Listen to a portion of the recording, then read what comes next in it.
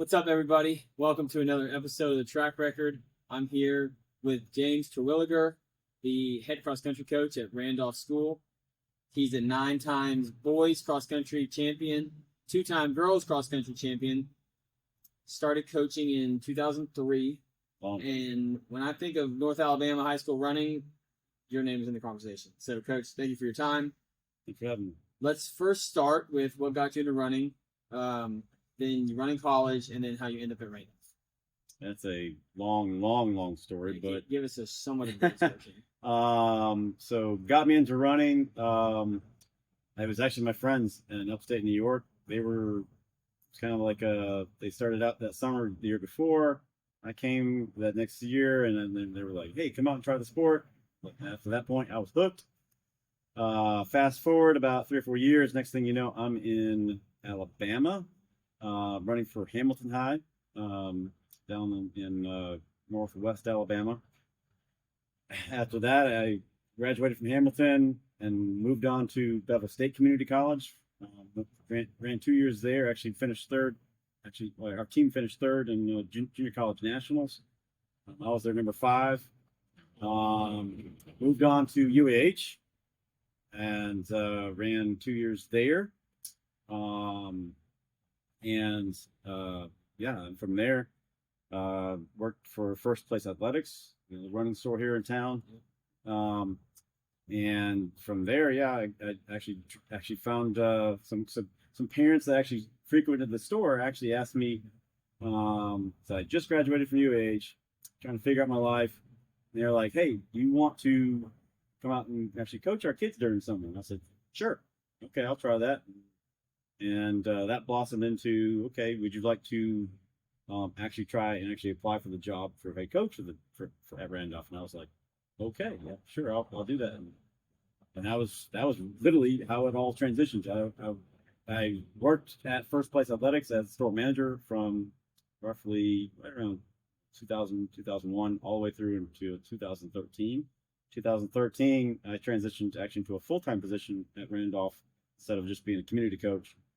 And yeah, the rest is kind of history. What spurred that change from First Place into full-time? So that was more me not wanting to have to make that transition every single day, going from retail management into coaching. It was just wearing on me heavily, and I was like, you know what? At some point, I need to move on from retail management and go on and do something different. Sure. And this is where I've stayed, and I've loved what I do. I love the school, I love the kids, and of course I love the sport. So. Right. So early on, you started in 2003, 2005, you win your first guys team championship. Yep. From there on, you win 9 in a row, and to my knowledge, that's an AHSAA all classifications record. It's a boys all classification record. Okay. So what makes constant and continual success like that possible when you have athletes coming in? Because that's 9 years. That's several different classes coming through. How does that happen at that time? So a lot of it has to do with, number one, we were in a much smaller classification at the time. Yes, there was a multiplier rule, but there was no competitive balance at the time. So that right there helped a lot. One thing to note is Randolph does not recruit athletically, and we're working with what we have. And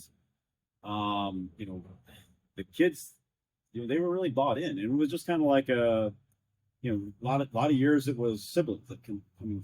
I mean, it's the same thing in a lot of other schools. You just have siblings that come up behind the older sisters or brothers, and it just kind of kept on recycling itself. And it became like more of a tradition.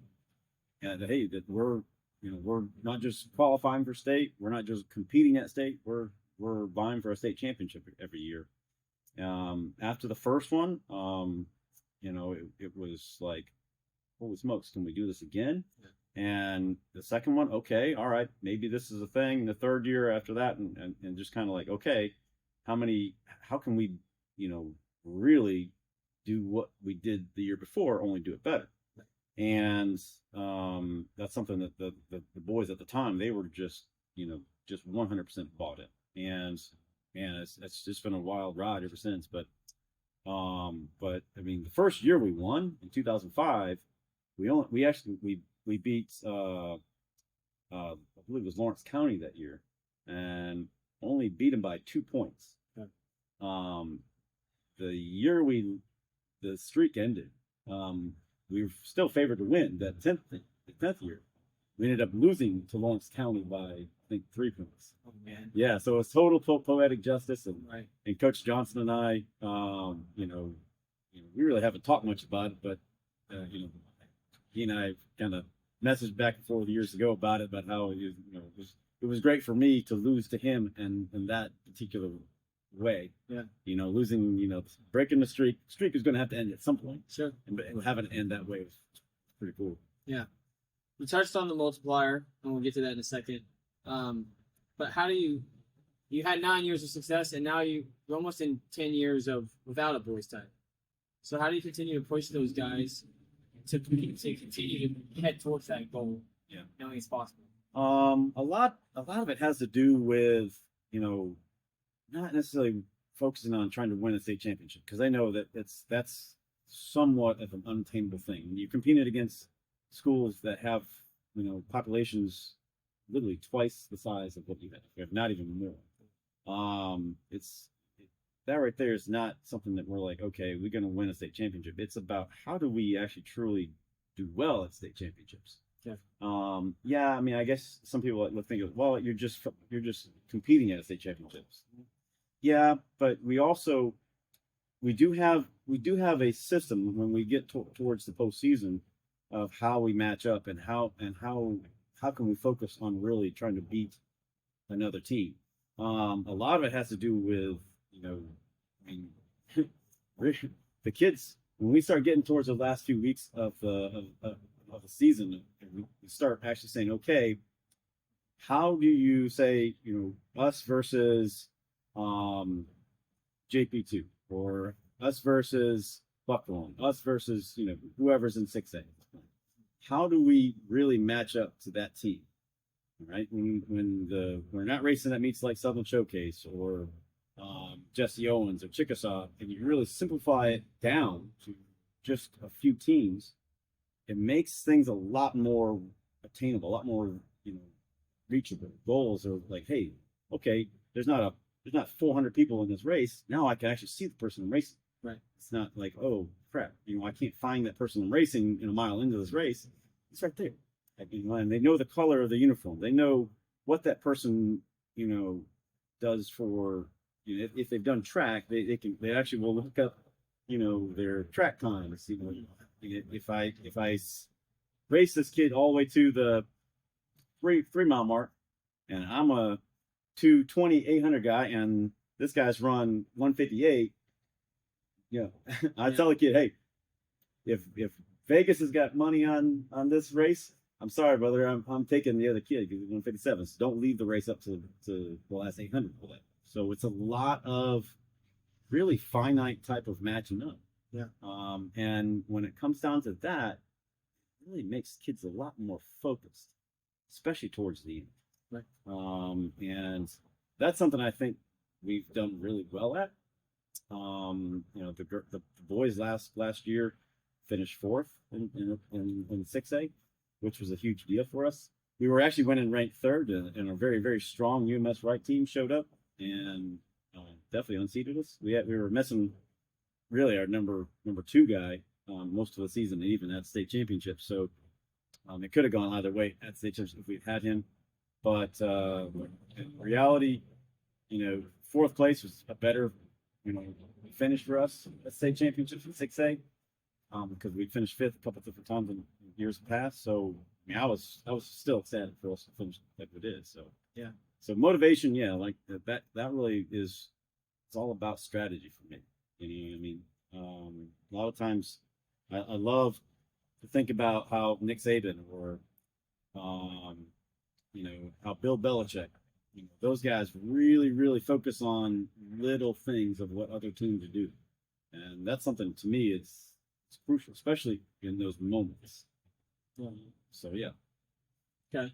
let's go back to the multiplier and the competitive balance.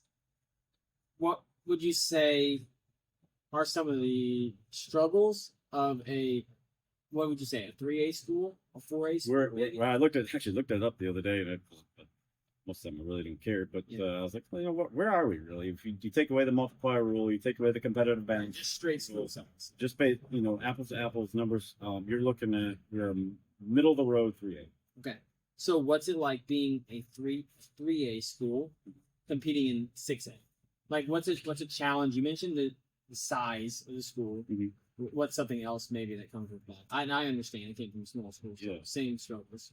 I mean, it comes down to keeping the kids motivated when you're constantly going to meets, especially during the regular part of the season, and you're having to race in the large school division or whatever bigger school division, and you're constantly getting your head kicked in by these teams that are twice, 3 times the size of your squad. That right there is a struggle. It's hard to keep yourself motivated to, okay, all right, all right, guys, I promise you this is going to get a little bit easier once we get to October or November. And we can really, and we want to focus on peaking in terms of our training, and then 2, focus on strategy of just the teams that we're truly going to be racing. So I mean, yeah, that right there is a struggle in the meat part of the season. This literally right where we are in September. Just trying to, all right, let's do this workout, focus on why we're trying to do this workout, so on and so forth. So inversely, what are some benefits to being a small school, in your opinion? Well, I mean, it's just the kids will actually typically those who really want it, want to do the work, want to actually get faster, will run faster. You run faster competition. It is what it is. I mean, the cream rises to the top. The kids will race those faster kids, and they'll just run faster. I mean, that's why you see kids like Ethan Edgeworth. I mean, he rarely runs races that are going to be in his division, because he's always running one of the faster people. Not that not that he wouldn't be fast regardless, but I'm just saying, you just run with faster people is going to make you faster. What's something in your infinite wisdom? What's something that you would tell younger coaches that they need to learn when they enter the coaching space? When I started, gosh, I was so headstrong about win, just focus on pound the workouts, pound the mileage, pound all that stuff, and as a coach, especially at the high school and middle school level, you got to focus on the relationships with the kids and really learning who they are. It's stuff, even to this day I struggle to make the time for it. But if you really devote a lot of time and really developing a relationship with those kids, they're gonna they're gonna go work for you. They're gonna run through walls for you. I mean, it's just a matter of how it is. But I mean, yeah, if you spend that time, don't take away the time of what you're wanting to really accomplish in terms of the actual races, but really focus on them as a person. It'll pay big dividends later on. Just hypothetically, what percentage of coaching is X's and O's, game plan strategy, versus relationships? I'd say X's and O's is probably 30 to 70. I mean, that's what it should be. Sure, yeah. Whether or not it is or not. Yeah, whether it is or not. I mean, it is difficult. I mean, any coach, any sport, any level, whatever. It's difficult on a day to day. You got an objective, what you're trying to get done in that day, or that week, or that month, or that microcycle, whatever you want to call it. It's just kind of depends on what you're trying to do. But I mean, if you're focusing on the wrong thing, it's at the end of the day you're going to end up getting the wrong result. Sure. I've read this online about you, and this is your coaching philosophy, and you said coaching the student athletes in distance running and racing is just the first part of involvement in each of the student athletes' lives. Academic prowess, lifelong development is paramount in building the all-around person and citizen for society. Training to be a distance runner / racer actually helps in that mindset, and as to be a great student distance runner, you must be able to balance academics, family, and social life, and training to not allow any of those areas to be subpar. Instilling these core values into the student athletes will prepare them not only for the race course, but also for their lives. So how does distance running, in your opinion, set you up for lifelong success? I mean, it's God, I don't remember even writing that. But I made it up. No, just kidding. oh, wow, pretty good. I mean, it's really comes down to commitment and discipline. And those are two foundational things that you gotta have for this sport. I mean, really any sports, but I mean, in life as well. I mean, commitment to your job, commitment to education, commitment to your family, and then the discipline it's going to take to be able to uphold that commitment. I mean, if you're constantly, you're wavering on, doing the right thing or just getting the work done or whatever. I mean, you're gonna if you're struggling with that stuff now, you're gonna struggle with that stuff later. Right. So I mean, it comes down to, having that solid base of focus and doing what you're supposed to do when nobody's looking. Yep. Lastly, you used to host the Randolph Mud Run. For those who don't know, the run through the creek on UH's campus. Will we see that race ever again? And if so, great. If not, why not? I mean, that race was a really cool event. But the problem is that particular event and those who got to participate in that in years past, you were a beneficiary of that. I mean, that was something that, like I said, was 100% unique, at least to our area. As far as I know, I mean, I know there were some races here and there, or some meets here and there that would incorporate a creek.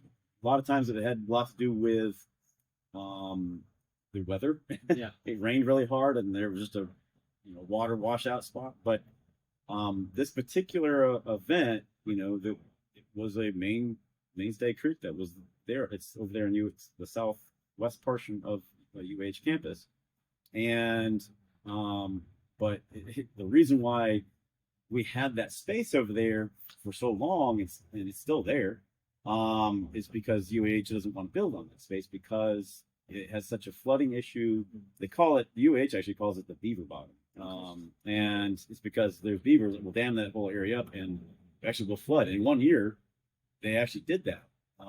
And it flooded the whole back section of the course from the creek. Thankfully, it didn't flood where the finish line was or up to the start, but it flooded the other side of it. So you had that one lane that ran parallel to the creek. You were in water there, that's awesome. all the way to the creek, and then the creek, the second creek crossing.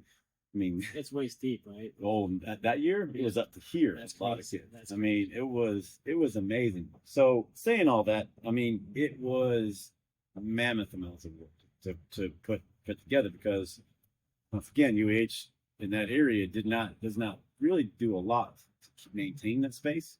And so I remember years we actually brought the big tractor with its bush hog all the way from the Randolph on 565 over there to just to get the area and then we had to run Z turns and oh my gosh, it was so much work. And the year before the pandemic hit, I was getting to the point of like, you know what, I'll probably do this for a couple of years and probably hang it up. But the pandemic hit and was like, it's a good exit. Yeah. I mean, and it wasn't anything to do with that I really truly didn't want to do it anymore for the kids. It was just so much work. But I mean, there's still lots of videos, lots of awesome pictures out there of that. If you ever get a chance to go look up Randolph Mud Run or Randolph Cross Country Classic, there's lots of stuff out there, and it was great memories. And a lot of coaches told me in years past that was a recruiting tool they used to get the kids to come out for the team. Like, you're going to go run the mud. Yeah. But yeah. That's awesome. Well, Coach, thanks for your time. Yeah. It's been fun. Guys, oh, wait, one last question. Okay. Can't believe I forgot to ask this. Your name is James Terwilliger. Anyone and everyone knows you as Coach Twig, right? Where in the world does Twig come from? So it's a family name, actually. Okay. And nobody in New York knows me as Twig. Nobody in New York knows me as Twig. Okay. But the Twig name came from my grandfather, my late grandfather. His best friend called it Twig. Right. I moved to Alabama in January 15th, 1996, and my first day of school in Hamilton, in my middle of my junior year, and I sit down and they're like, "You're from New York, huh?" And I was like, "Yep." And then they're like, Terwillen. And I was like, "Just call me Twig." That's awesome. That's awesome. Where it started. Well, guys, this is Coach James Twig, and this is the track record. And like always, if you have somebody, former athlete, current athlete, former coach, current coach, that should be on this, let us know. Coach, thanks for your time. It's No been problem. fun. No problem.